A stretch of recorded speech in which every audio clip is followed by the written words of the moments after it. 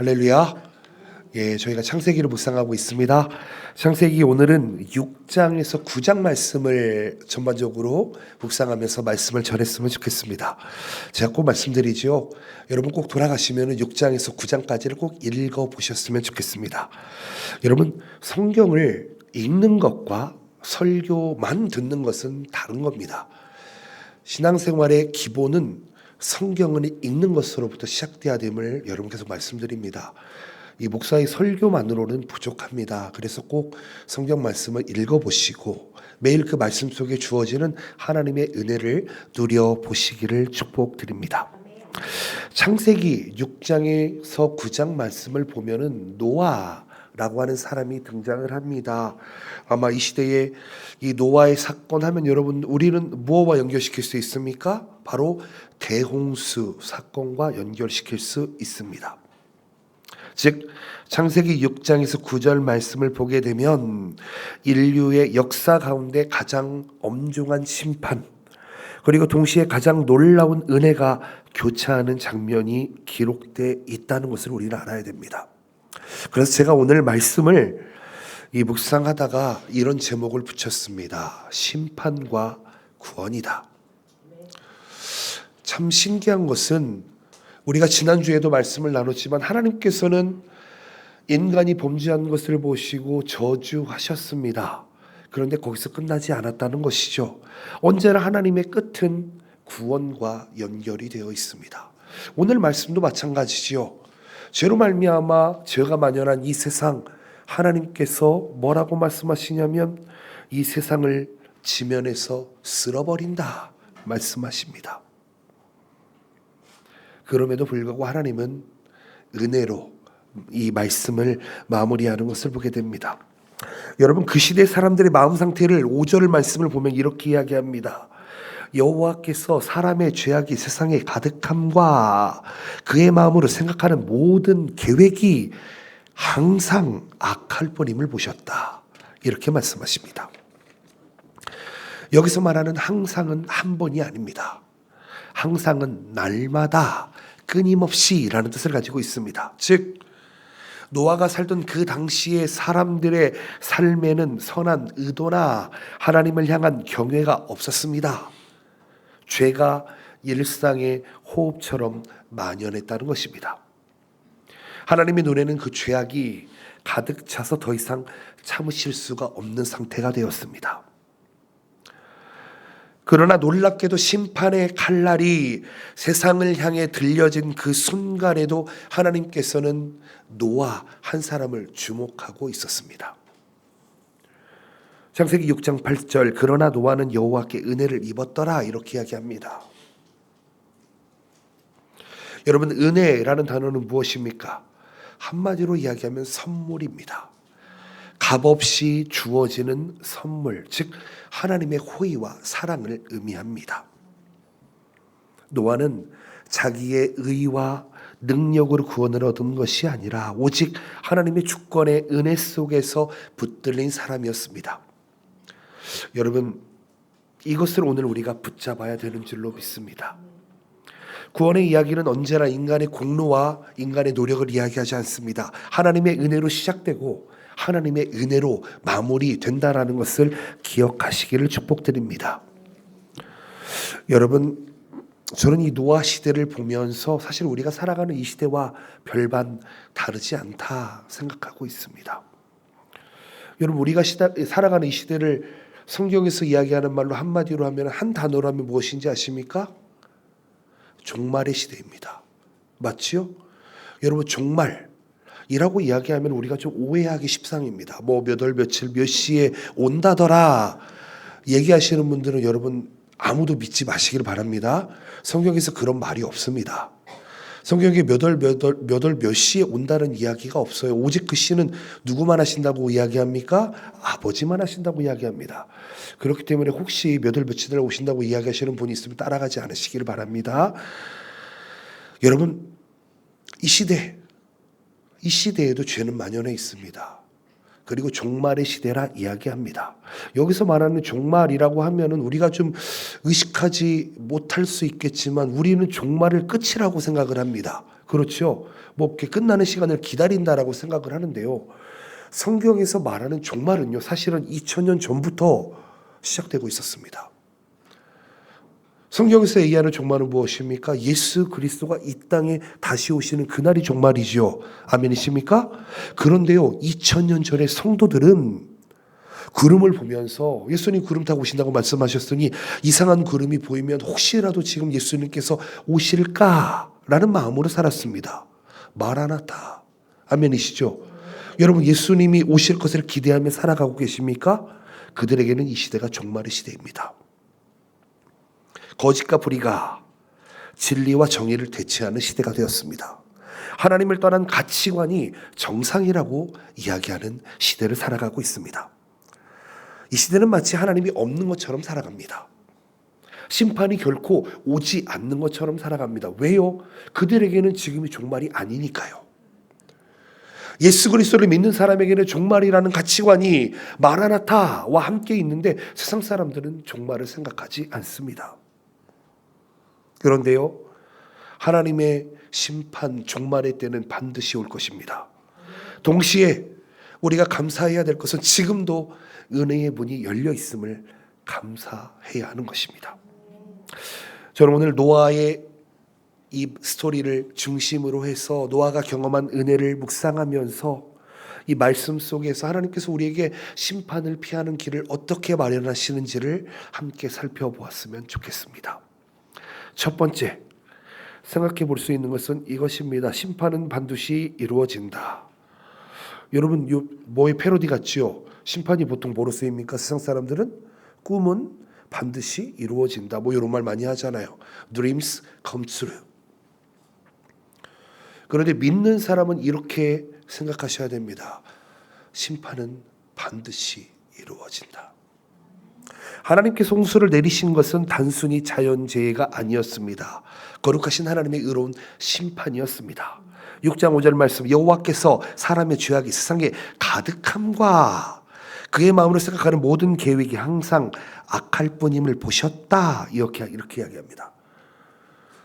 여러분, 가득했다라는 것은요, 흘러 넘친다는 의미도 함께 한다는 것이죠. 여기서 말하는 가득함 또한 히브리어로 많다, 흘러 넘친다라는 뜻을 가지고 있습니다. 즉, 죄의 양이 그 한계점을 넘어선 것입니다.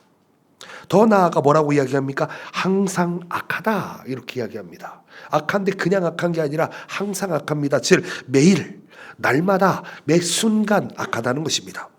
즉, 죄를 지어도 일시적인 실수가 아니라 의도적이고 본인의 이 죄가 나의 삶 속에 지속적으로 패턴이 있다는 것이죠. 요즘 말로 하면 루틴, 죄가 우리의 삶의 루틴으로 이루어진다는 것입니다.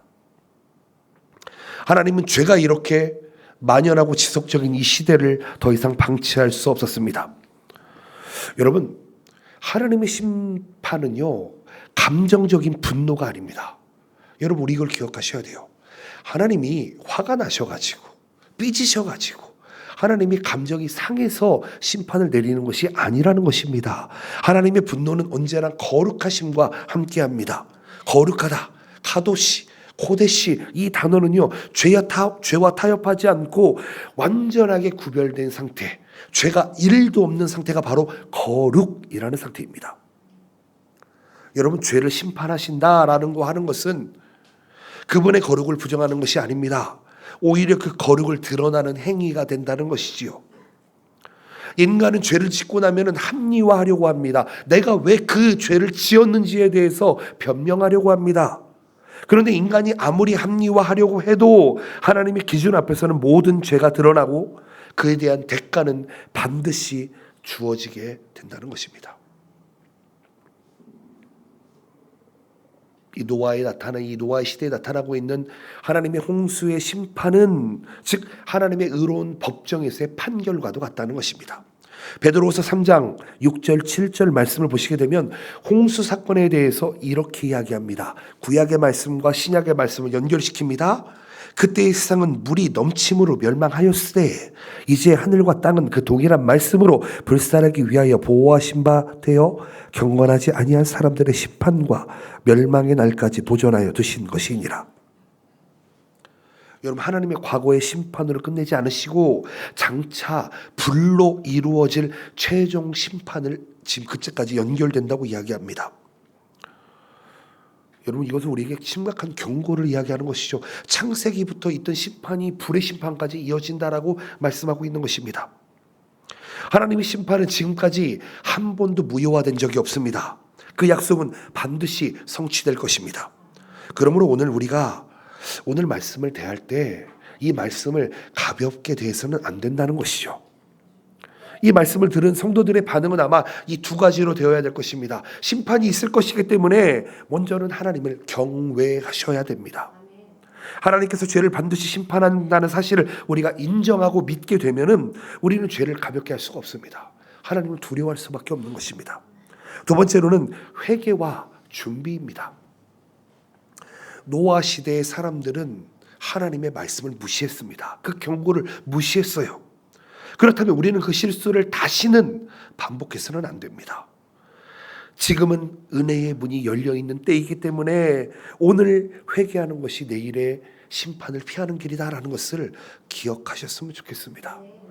여러분, 인생을 살아가시면서 꼭 고난을 당해보셔야지 깨달으십니까? 꼭 똥을 맛봐야지만이 우리가 그것이 똥된장인지 구별할 수 있습니까? 저는 그렇지 않다라고 생각을 합니다. 그리스도 안에 있는 자들에게 구원이 된다라고 하는 것은 여러분, 그 구원을 감사하며 심판날에 있을 그 심판의 날을 두려워하는 것이 아니라 하나님의 구원의 날을 기다리며 나아갈 수 있어야 한다는 것입니다. 그러므로 우리는 하나님의 거룩한 심판을 기억하면서 날마다 주님 앞에 서는 선택을 하셔야 됩니다. 여러분, 심판이 있다고 한다면은요, 우리의 삶은 이렇게 방종하며 우리의 마음대로 살 수가 없는 것임을 기억하셨으면 좋겠습니다. 두 번째입니다. 우리의 구원은 오직 은혜로만 구원받을 수 있습니다. 창세기 6장 8절 말씀 보게 되면 홍수 이야기의 전체적인 전환점을 주게 됩니다. 왜냐하면 이런 단어가 있거든요. 그러나 노아는 여호와께 은혜를 입었더라. 일본어 성경에 보면 가나떼이르 또 이렇게 표현하고 있거든요. 이 말씀은 심판의 무게감이 짓누르던 장면에서 사실은 죄가 만연한 장면에서 한 줄기 빛처럼 등장하는 한 구절입니다. 그러나 이렇게 이야기합니다. 극적인 대조를 나타내지요. 무엇입니까? 인류 전체의 멸망이라는 큰 그림 속에서 하나님의 특별한 한 사람이 등장했다. 은혜는 뭐였지요? 전혀 받을 자격이 없는 자에게 베풀어지는 하나님의 사랑을 이야기하지요. 즉, 노아는 자신의 도덕적인 윤리적인 완벽함에서 선택된 것이 아닙니다. 오직 하나님의 주권적인 은혜 안에서, 구원 안에서 선택된다는 것이죠. 노아가 받은 은혜는 하나님의 선택이었고 하나님의 준비였습니다. 먼저 하나님은 심판을 선언하신 후에 우리가 이 순서를 잘 이해해야 되는데, 하나님이 심판을 선언하셨습니다. 그리고 노아를 불러 구원의 계획에 참여하게 하셨습니다. 이것은 무슨 얘기냐면은 은혜가 우리에게 먼저 찾아온다는 것입니다. 우리의 삶 속에 내가 뭔가를 하기 이전에 하나님의 은혜가 먼저 함께한다는 것을 먼저 기억해야 됩니다. 또한 하나님은 방주라고 하는 구체적인 구원의 방법을 제시하시면서 그 설계, 그 재료, 그 크기까지 세밀하게 가르쳐 주셨습니다. 노아가 머리가 좋아서 방주를 만들어낸 게 아니라는 것입니다. 노아의 구원은 단지 하나님의 마음에 있는 계획으로 끝나는 것이 아니라 실제 역사 속에서 실현될 수 있도록 하나님이 모든 은혜의 길을 열어주신 결과다. 그리고 이 노아의 이야기는 창세기에서 끝나지 않습니다. 신약 성경에 예수 그리스도의 구원 사역과 또 연결되게 됩니다. 에베소서 2장 8절 말씀. 너희는 그 은혜에 의하여 믿음으로 말미암아 구원을 받았으니 이것은 너희에게 난 것이 아니요 하나님의 선물이라. 행위에서 난 것이 아니니 이는 누구든지 자랑하지 못하게 함이니라. 아멘. 노아가 은혜의 방주 안에 들어가 구원받은 것처럼 우리도 은혜로 말미암아 예수 그리스도 안에 들어가 구원을 받았습니다. 구원의 문은 인간의 행위로 열리는 것이 아니라 하나님의 은혜와 십자가의 긍휼로 열리게 된다는 것이죠. 노아의 방주는 홍수 심판에서 안전한 유일한 피난처였습니다. 예수 그리스도는 죄와 사망의 심판에서 유일한 피난처가 되십니다. 그렇다면 오늘 우리는 노아처럼 하나님의 은혜를 입은 자로서 살아갈 수 있어야 합니다. 여러분, 이것은 단순히 우리가 구원받았다라는 과거 시점에 머물러서는 안 된다는 것입니다. 여러분, 하나님의 구원은 언제나 현재형이 되어야 하는 줄로 믿습니다. 아멘이시죠? 여러분, 언제 구원받으셨습니까? 언제 구원받으셨습니까? 여러분, 언제 예수 그리스도를 만나셨습니까? 구원파에서는 구원받은 날짜를 생일처럼 생각한다는데 그게 중요한 게 아니고요, 여러분. 여러분의 구원이 지금도 이루어지고 계십니까? 이것을 묻고 싶은 것입니다. 은혜 안에서 우리는 구원을 현재로 살아야 되는 줄로 믿습니다. 은혜로 미래를 준비해야 되는 줄로 믿습니다. 은혜를 받은 자는 그 은혜에 합당한 순종과 감사로 살아갑니다. 우리 다음 주에 추수감사절이지요. 여러분, 추수감사. 우리가 요즘 이렇게 곡식을 이렇게 짓고 그러지는 않잖아요. 저는 어렸을 때 전라도라는 시골에서 살았었는데요. 저희 고모가 벼농사를 하시고 또 저희 고모부가 과수원 농사를 하시고 저희 할머니 할아버지는 고추 농사를 하셨습니다. 그래서 살 때마다 보면은요, 가을만 되면은 참 풍성했던 기억이 있습니다. 과일들과 곡식들이 참 풍성했습니다. 여러분, 사과가 있으면은 사과를 좋은 거는 팔지만 좋지 않은 것들, 이렇게 구멍 하나 뚫리고 새가 와서 이렇게 뚫고 하는 것들 있잖아요. 그런 것들은 다 그냥 나눠주고 같이 풍성하게 나누어 먹습니다. 여러분, 우리는 그런 풍성함을 한번 맛봤으면 좋겠습니다. 맛봤다면 나눌 수 있었으면 좋겠습니다. 가을이 되고 사실은 이 결실의 계절이 됐잖아요. 가을은 이런 말이 있습니다. 천고마비다. 예, 하늘은 높고 말이 살찐다고 하는데 제가 살찌는 이유는 잘 모르겠지만, 여러분, 이 결실의 계절에 우리가 내 것만 챙기는 것이 아니라 추수감사절의 의미를 생각하면서 하나님의 은혜를 나눌 수 있는 그런 놀라운 시간이 되셨으면 좋겠습니다. 노아는요, 하나님의 말씀에 따라서 100년이 넘게 노아의 방주를 짓게 됩니다. 방주를 짓는 게요, 여러분, 하루아침에 이루어지는 게 아닙니다. 방주를 지으며 믿음을 지켰습니다. 그런데 우리가 여기서 깨달아야 되는 건 노아의 시점을 생각해 봐야 됩니다. 여러분, 노아는요, 비를 한 번도 본 적이 없는 사람입니다. 아십니까?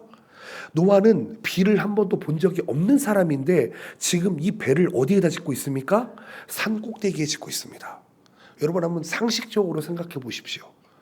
보통 사람 같으면은 물가 있는 옆에다가 방주를 지을 것 같은데 지금 산 꼭대기에다가 짓고 있어요. 왜요? 하나님의 말씀을 믿고 있으니까요. 아마 여기 있는 사람들한테 저기 후지산 꼭대기에다가 방주를 지으라고 하면은 다른 사람 제가 봤을 때 한 명도 없을 것 같습니다. 가능합니까, 그게? 우리의 상식으로 그게 가능합니까? 야, 물이 어떻게 후지산 꼭대기까지 차? 우리는 보통 그렇게 생각할 겁니다. 그런데요, 노아는 달랐어요. 하나님이 말씀하시면 그대로 된다라고 생각했습니다. 세상 사람들이 노아를 봤을 때 얼마나 조롱했을까요?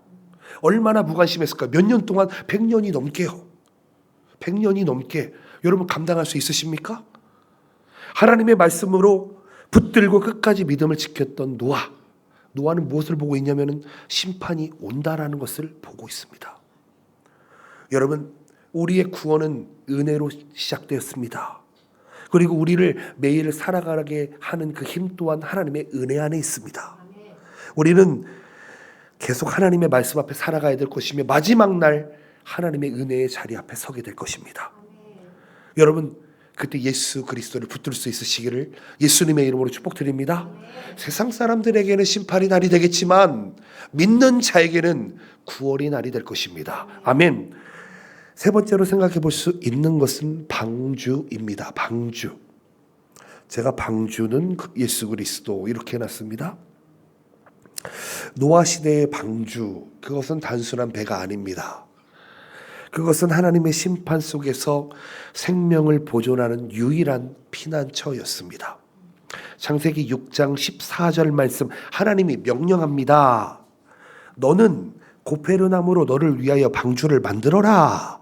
그 안에 칸들을 막고 역정을 그 안팎에 칠해라. 이렇게 이야기하고 있습니다. 여기서 방주라고 하는 단어, 이 단어를 여러분 주목해야 됩니다. 성경에서는 이 방주라는 단어가 딱 2번 등장합니다. 이 단어. 이 단어의 뜻은 상자라는 뜻입니다. 그리고 큰 괴짝이다 라는 뜻을 가지고 있습니다. 여러분 상자 하면 또 생각나는 구절이 생각나지 않으십니까? 출애굽기 2장에 보면은 모세를 담았던 갈대 상자, 이 단어가 여기 나와 있는 이 테바라는 단어인데 이게 방주와 똑같은 단어입니다. 그렇다는 것은 여러분 보통 배가 있으면 돛이 있다든지 아니면 노가 있다든지 키가 있어서 방향을 조절한다든지 그렇잖아요. 그런데 여러분 여기서 나타나 있는 이 방주, 상자, 이것은 내가 방향을 조절할 수 있는 게 아닙니다. 오직 하나님께서 방향을 조절하시고 갈 때까지 흘려보낸다는 것입니다. 그렇기 때문에 이것은 단순한 이동수단이 아니라는 것이죠. 하나님의 보호 안에 놓여지는, 하나님의 보호 안에 놓여진 생명의 상자다, 생명의 그릇이다 라는 의미로 우리가 생각할 수 있어야 된다는 것입니다. 즉 방주라고 하는 것은 사람의 안전을 보장하는 구조물이 아니다. 하나님의 설계와 약속 속에서만 구원의 기능을 발휘하는 그런 배다라는 것입니다. 방주는 하나님의 설계도로 만들어졌습니다.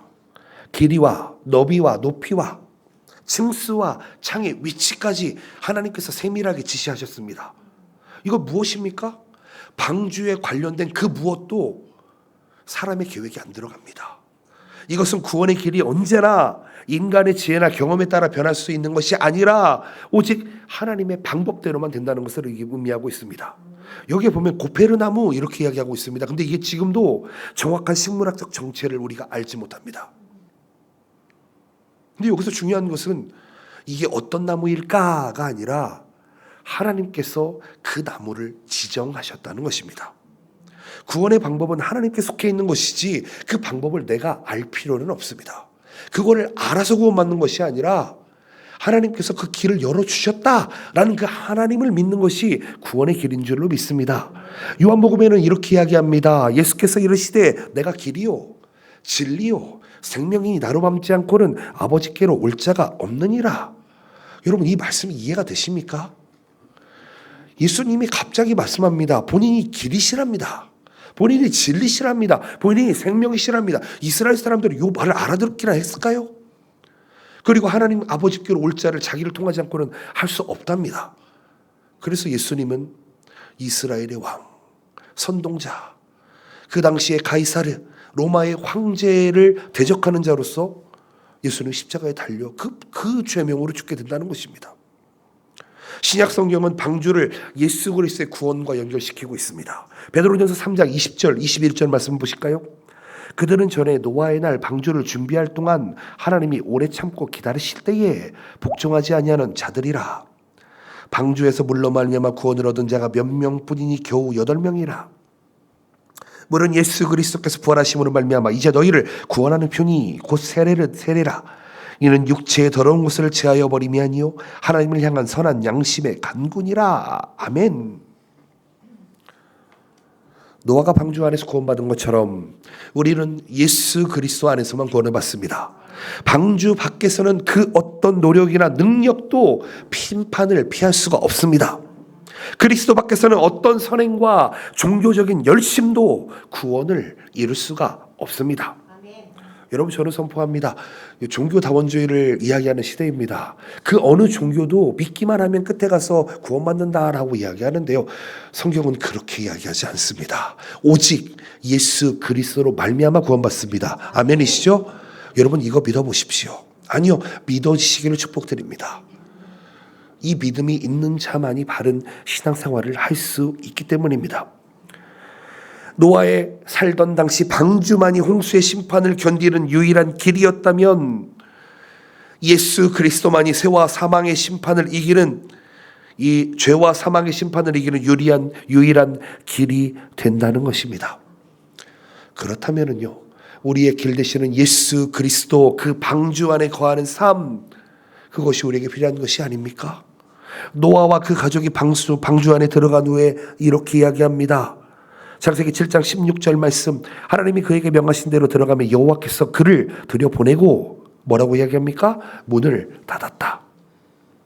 그 당시의 사람 중에 이 노아의 가족 이외에 구원받는 사람이 한 명도 없습니다. 구원의 문은 하나님의 주권으로 열리고 하나님의 주권으로 닫히게 됩니다. 여러분, 은혜의 문이 열려 있을 때 들어가십시오. 예수 그리스도 안에 들어가야 구원받습니다. 그렇다면은요, 구원의 문이 열려 있을 때 여러분들이 사랑하는 가족에게, 여러분이 사랑하는 이웃에게 말씀을 전해야 되지 않겠습니까? 열려 있을 때 우리는 구원의 복음을 전할 수 있다는 것입니다. 그런데 여기 생각해 볼 수 있는 것은, 여러분, 방주 안에 지금 누가 들어가 있습니까? 방주 안에 누가 들어가 있어요? 이 세상에 있는 많은 동물들이 그 안에 들어 있습니다. 그렇지요? 그리고 사람은 8명. 노아 부부, 셈, 함, 야벳의 부부 8명이 들어가 있습니다. 공간이 제한적입니다. 냄새가 없었을까요? 불편하지 않았을까요? 그런데 그 자리가 생명을 지키는 자리였다는 것입니다. 이 시대에 이 방주의 역할을 하는 게 무엇이 되어야 될까요? 저는 교회가 이 방주의 역할을 해야 된다고 생각을 합니다. 아멘이시죠? 우리 교회가 이 역할을 해야 된다고요. 왜 교회 안에서 신앙생활을 해야 될까요? 이 불편한 자리에서. 불편하지 않으십니까? 나랑 성격이 맞지 않는 사람, 때로는 나랑 내가 미워하는 사람, 이런 사람들이 함께한 자리, 불편한 자리, 때로는 제한적인 이 자리. 그런데요, 성경은 이야기하고 있습니다. 그 불편한 자리가 생명을 지키는 자리라고 이야기합니다. 마찬가지로 예수 안에 거하는 삶은 때로는 세상적으로 보면 불편하고 손해보는 것처럼 보일 수 있습니다. 그런데 그 자리가 영원한 생명을 보존하는 자리다. 여러분, 이런 생각의 패러다임이 변환된다면 우리는 어떤 상황에도 그리스도 안에 머물기를 멈추지 않을 것입니다. 기억하셨으면 좋겠습니다. 세 번째로는 무지개입니다. 네 번째죠. 무지개입니다. 홍수 심판이 끝난 후에 하나님은 노아와 그의 자녀들에게 그리고 모든 생물과 언약을 세우셨습니다. 9장 13절 말씀 이렇게 이야기합니다. 내가 내 무지개를 구름 속에 두었나니 이것이 나와 세상 사이의 언약의 증거니라 라고 이야기하고 있습니다. 무지개라는 단어, 우리가 봤을 때는 그냥 아름다운 빛의 모양이지요? 띠잖아요. 그런데 이 단어의 원래 뜻은 활과 관련되어 있습니다. 활이요. 고대 근동에서 활은 무기입니다. 전쟁의 무기이고 심판의 상징이었습니다. 하나님께서 무지개를 구름 속에 두셨다라고 하는 것은 마치 전쟁 무기를 내려놓듯이 심판의 활을 거두시고 자비와 평화를 약속해 주셨다는 약속입니다. 그리고 이 표시로 홍수로 다시는 이 땅을 멸하지 않겠다는 하나님의 약속을 지금 시각적으로 보여주고 있는 것입니다. 또한 이 무지개 언약은 하나님 편에서 일방적으로 세우신 무조건적인 언약입니다. 사람과 동등한 계약을 취하는 게 아닙니다. 창세기 9장 9절 말씀. 내가 너희와 언약을 세우리니 다시는 모든 생물을 홍수로 멸하지 아니할 것이라. 땅을 멸할 홍수가 다시 있지 아니하리라. 여기서 뭐라고 이야기하냐면은 내가 너희와 언약을 세운다 이야기하는데, 이 세운다라는 단어가 굳게 세운다, 확정한다라는 뜻을 가지고 있습니다. 즉, 이 언약은 인간의 순종 여부와 상관없이 하나님의 신실하심에 의해서 유지되는 언약이다. 하나님의 언약이 인간의 변덕에 좌우되지 않으며 오직 하나님의 성품과 말씀의 신실함에 근거한다, 이렇게 이야기합니다. 그러면서 이 언약은 궁극적으로 예수 그리스도의 십자가에 위해서 완성되게 됩니다. 여러분, 십자가는요, 하나님의 심판이기도 하지만 하나님의 자비이기도 합니다. 하나님의 심판과 자비가 만나는 그 장소가 바로 십자가입니다. 여러분, 하나님은요, 화를 그리스도를 향해 쏘셨습니다. 그리고 그분은 우리의 죄를 대신 짊어지셨습니다. 로마서 5장 1절 말씀. 그러므로 우리가 믿음으로 의롭다 하심을 받았으니 우리 주 예수 그리스도로 말미암아 하나님과 화평을 누리자. 하나님과 화평을 누리게 된 그 사건이 바로 십자가다. 무지개가 심판 후의 평화를 선포하는 표시였다면 십자가는 영원한 평화를 보장하는 표징입니다. 무지개가 하늘에 걸릴 때마다 우리는 하나님의 자비를 기억해야 하듯 십자가를 바라볼 때마다 우리는 영원한 구원의 은혜를 기억해야 됩니다. 여러분 혹시 최근에 무지개 보신 적 있으십니까? 사실은 이 동경 땅에서 무지개 보기 참 쉽지 않은데 지난번에 어느 집에 신방을 갔는데 비가 딱 그치고 창문 밖으로 무지개가 싹 보이더라고요. 참 좋은 집에 사십니다. 참 좋은 집에 사세요. 무지개가 보이는 집 부럽습니다. 여러분 무지개 볼 때마다 생각하셔야 됩니다. 아, 하나님이 나를 구원해 주셨구나. 하나님이 십자가를 통해서 나를 구원해 주셨구나까지 생각하신다면 여러분들의 믿음이 정말 깊은 것입니다. 성도의 삶에서 무지개 언약은 하나님의 신실하심에 대한 확신 그리고 은혜의 복음을 전할 사명을 깨워준다는 것이죠. 여러분 세상은 아직도 죄에 물들어 있습니다. 그렇지만 무지개 언약을 바라볼 때 하나님께서 끝까지 우리를 사랑하시는구나 라는 것을 깨달으셨으면 좋겠습니다.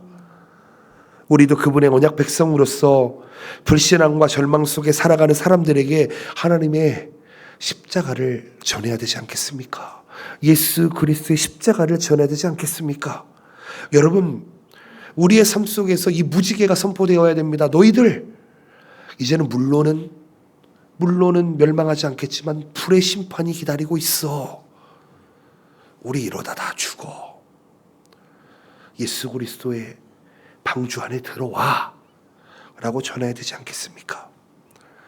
우리가 보는 무지개는 하늘에 있습니다. 그러나 성령 하나님 안에서 성도들의 삶 속에는 언제나 무지개와 같은 빛이 우리 삶 속에서 드러나야 되는 줄로 믿습니다.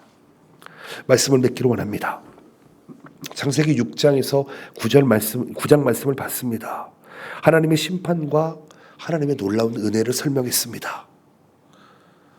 인류의 죄악은 한계에 다다랐고 하나님은 심판을 하실 수밖에 없었습니다. 그러나 심판의 어두운 하늘 속에서 하나님은 창세기 6장 8절 말씀에서 은혜 입은 한 사람을 정했습니다. 그리고 방주는 그 은혜의 구체적인 형태였고 노아를 구원했습니다. 무지개는 그 은혜가 영원히 변하지 않는다는 하나님의 약속이 되었습니다.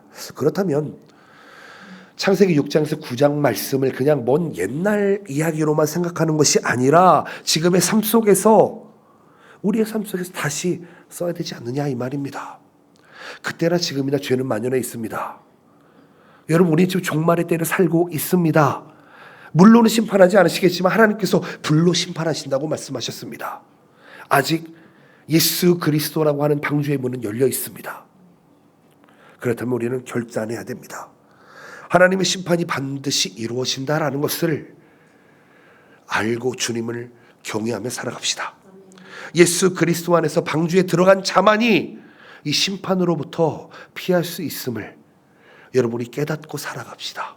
그리고 방주 밖에 있는 이들을 위해서 복음을 전하는 일에 여러분의 시간과 여러분의 삶을 들여보시기를 축복드립니다. 마지막으로 무지개 언약을 기억하면서 하나님의 신실하심을 붙들어 보시기를 축복드립니다.